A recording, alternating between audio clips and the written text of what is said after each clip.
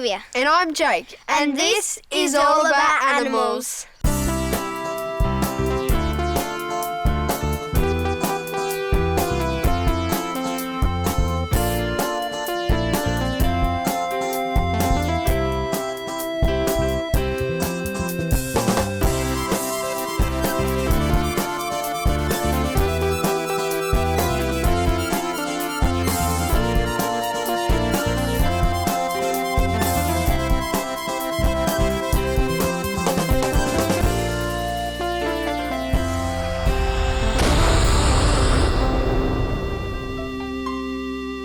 This week's endangered animal is the African wild dog, and with less than 5,000 left in the wild, we're lucky enough to have 5 girls right here at Adelaide Zoo.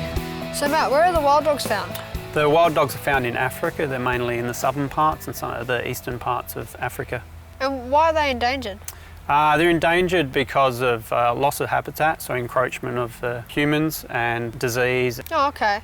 So what's with the circular ears? Because they're different to normal dogs. They've got the large ears just so when they're out in the wild doing their hunting, they can pick up the prey quite easy. They do a lot of their hunting at night, so large ears do help in the hearing, so they can hear another animal. The dominant dog, she's the one with the bigger belly, and she's got really good ears, whereas some of the lower down the run dogs, they got a little bit of torn ears from fights.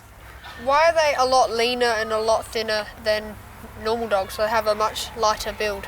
Yeah, once again, it's for when they go hunting. We do keep them quite active. We put a lot of different enrichment items in there, so there might be something just as simple as a Hessian bag with some herbs in it, or we can give them paper mache balls, but generally they do run around. And sometimes when we do feed them, we'll feed them a big slab of meat, so one will get that and then they all latch onto it and they all got to pull it apart. Like tug of war, yeah. Or sometimes one of their favourite things is when we give them rabbit. No. No, it's passed away. Oh. We give them a bit of rabbit and one will quite often get it and run, and then you end up with them all just chasing because they all want a bit of the rabbit, and that one dog doesn't want to give up that rabbit, so it's just going to keep running because it knows as soon as it stops, all the other dogs are going to get straight onto it. Can they run faster than the domestic dog? I'm not 100% sure on that, but I'm pretty sure they could get up there, so they would be a lot quicker and a lot fitter than most domestic dogs. How long do they live for? In the wild, they live for around 10 years. How many pups do they have in a litter? They normally have about, on average, it's around 10, but it 10? can be more than that. So you can get, anywhere from 12 to 15, or you can have slightly under 10, but on average, it's around 10 per litter. Really? Okay. So that would keep mum pretty busy. It would. When they get to having babies, what do you call baby African wild dogs?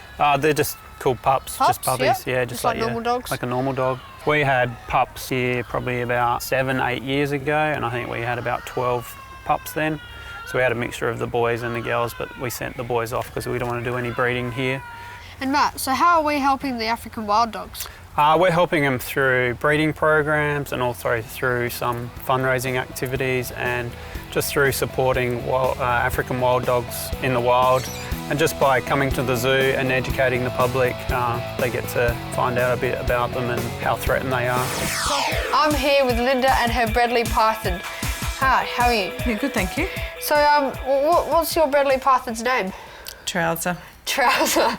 Nice name. And how old is he? He's about just over 2 years old now. How long do they live for? Approximately 25 years in captivity. 25? Okay. Mm-hmm. So how long is he? Well, the last skin measured 8 foot 3 inches, so... So that's about... Just over 2 metres? Yeah. Really? Okay. What made you choose to get a python as a pet? I think I've always wanted one from when I was about 5 years old. Mum would never let me have one, so now I can. Yeah, and how big was he when you first got him? He was approximately about 2.5 feet, 3 feet. Okay, so he's almost tripled in length. Oh, yes. Do you see a noticeable difference in growth weekly? When we first got him, yes, definitely. You could almost see it. And he shed a couple of skins probably 2 weeks apart, so he was growing very fast.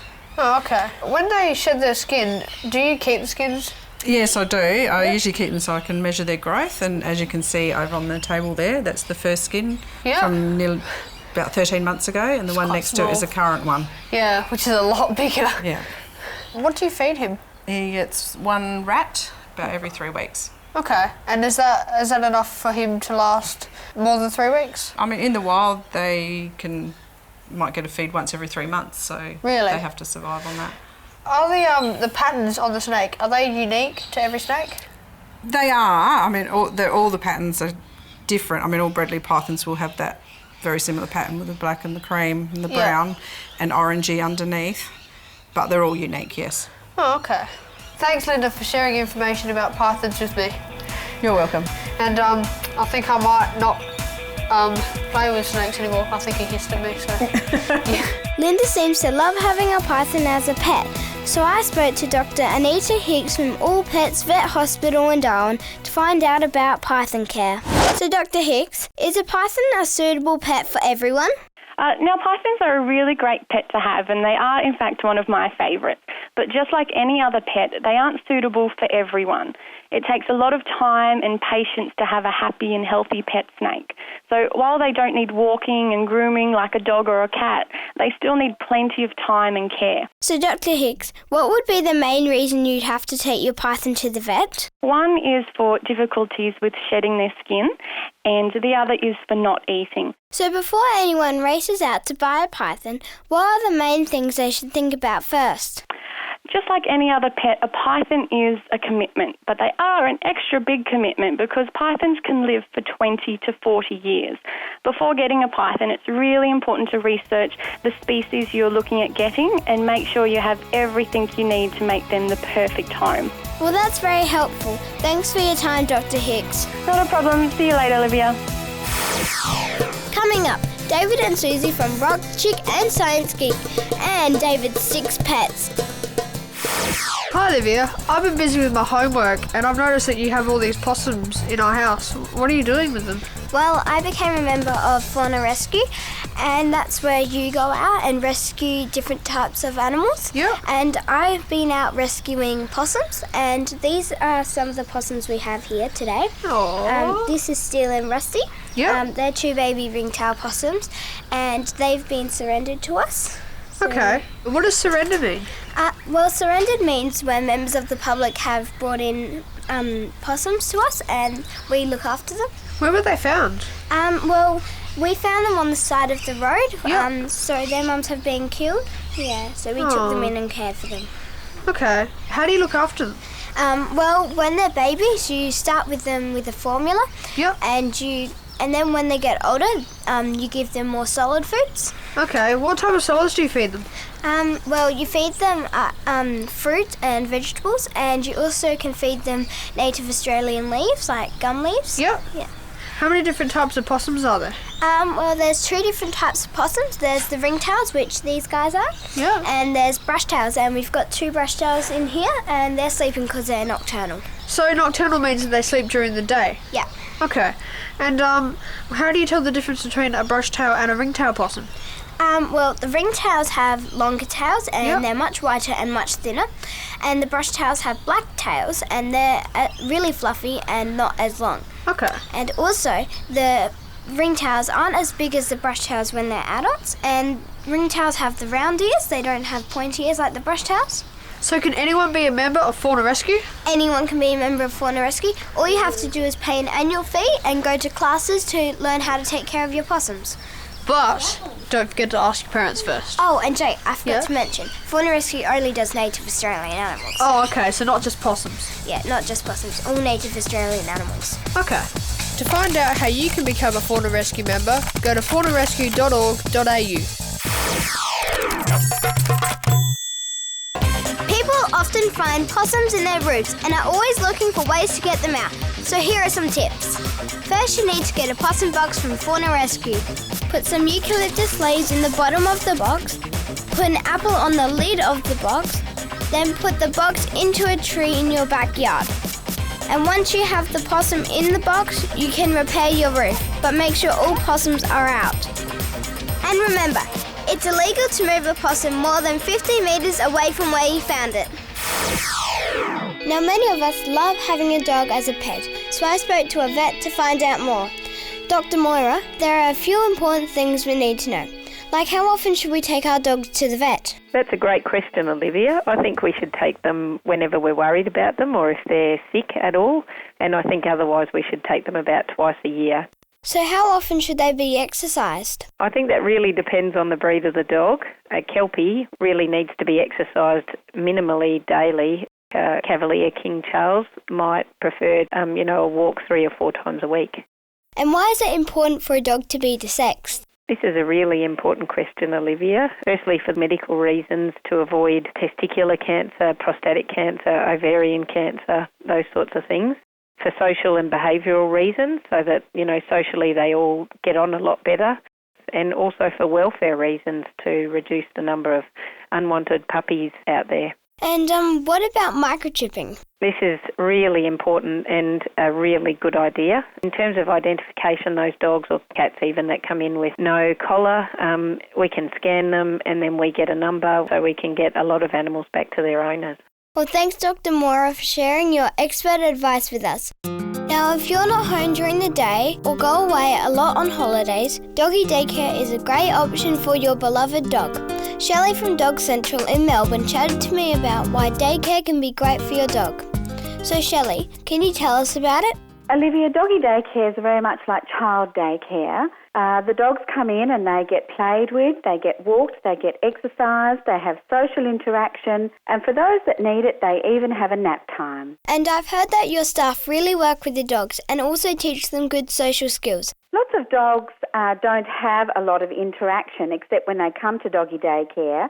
So our staff teach them how to behave appropriately so that they are more sociable when they are out in the outside environment. We walk all of our dogs a minimum of twice a day, sometimes 3 times a day, and we do play activities with them such as throwing the ball, frisbees, tug rope, and using the agility equipment. And do you use chew toys during the day to keep the dogs happy? It's very important, Olivia, that the puppies particularly and staffies who love to chew everything get lots of things to chew on. So we use typical things like kongs and tug ropes and anything that they can really get their teeth into it and make sure that they have lots of things that they can chew instead of chewing some of the things that we really don't want them to chew. Well, thanks, Shelley, for talking to us about doggy daycare.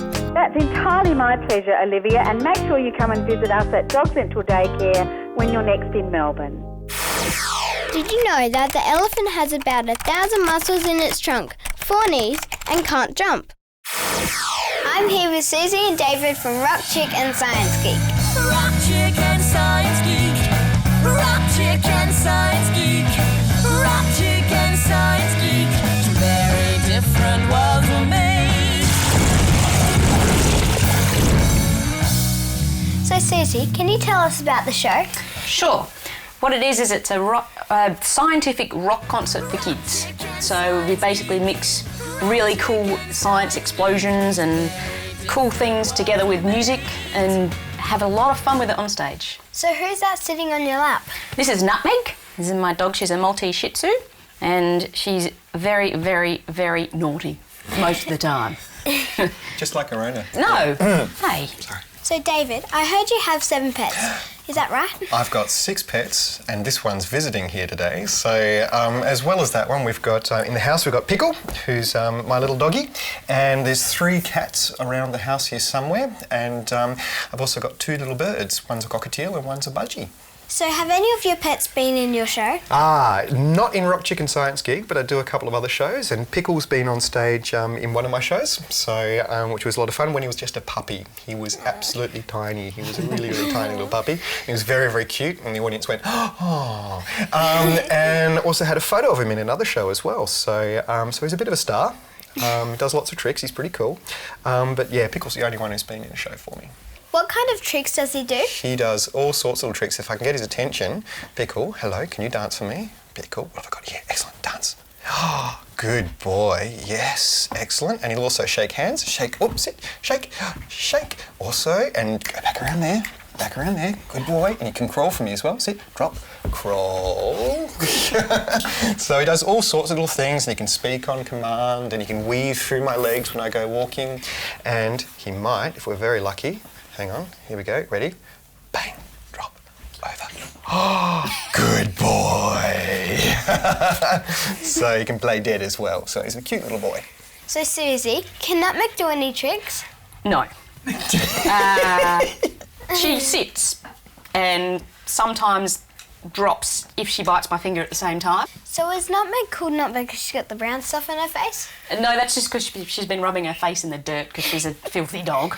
No, when I got Nutmeg, she was about this big and she was coloured brown like Nutmeg. And I also play soccer.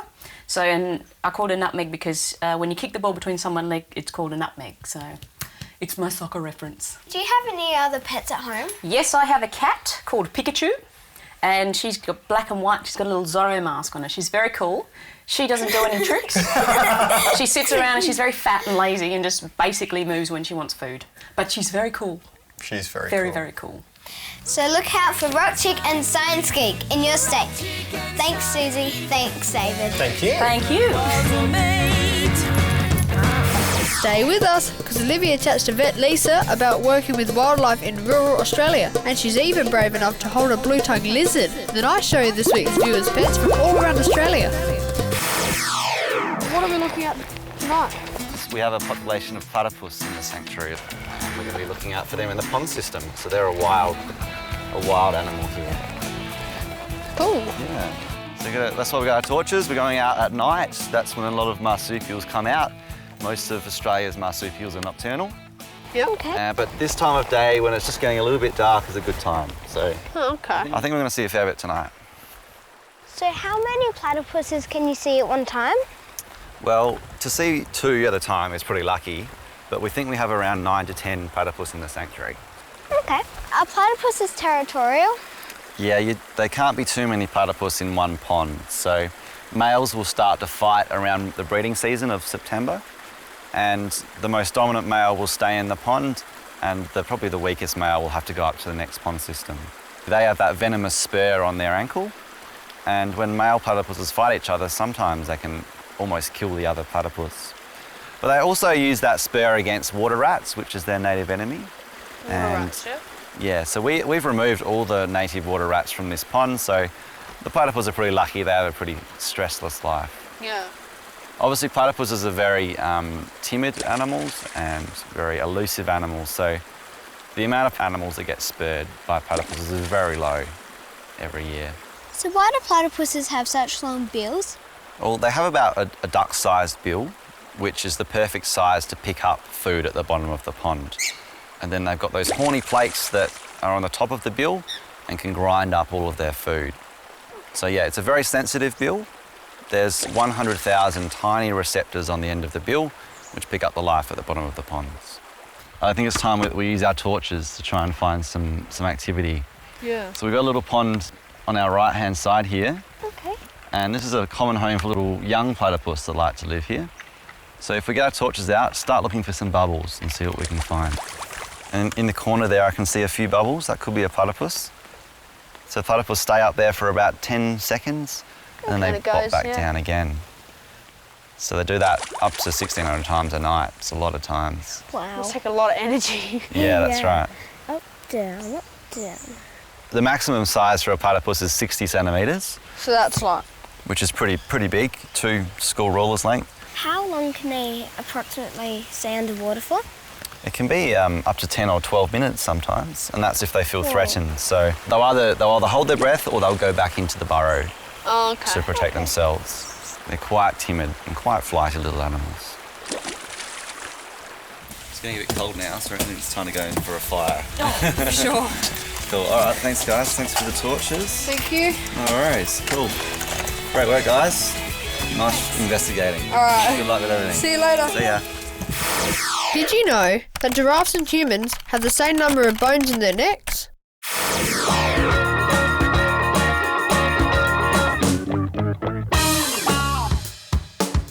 I have a special interest in wildlife because I care for native possums at home, and I wanted to find out how other wildlife are cared for.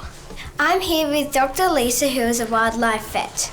So Dr. Lisa, why did you decide to become a wildlife vet?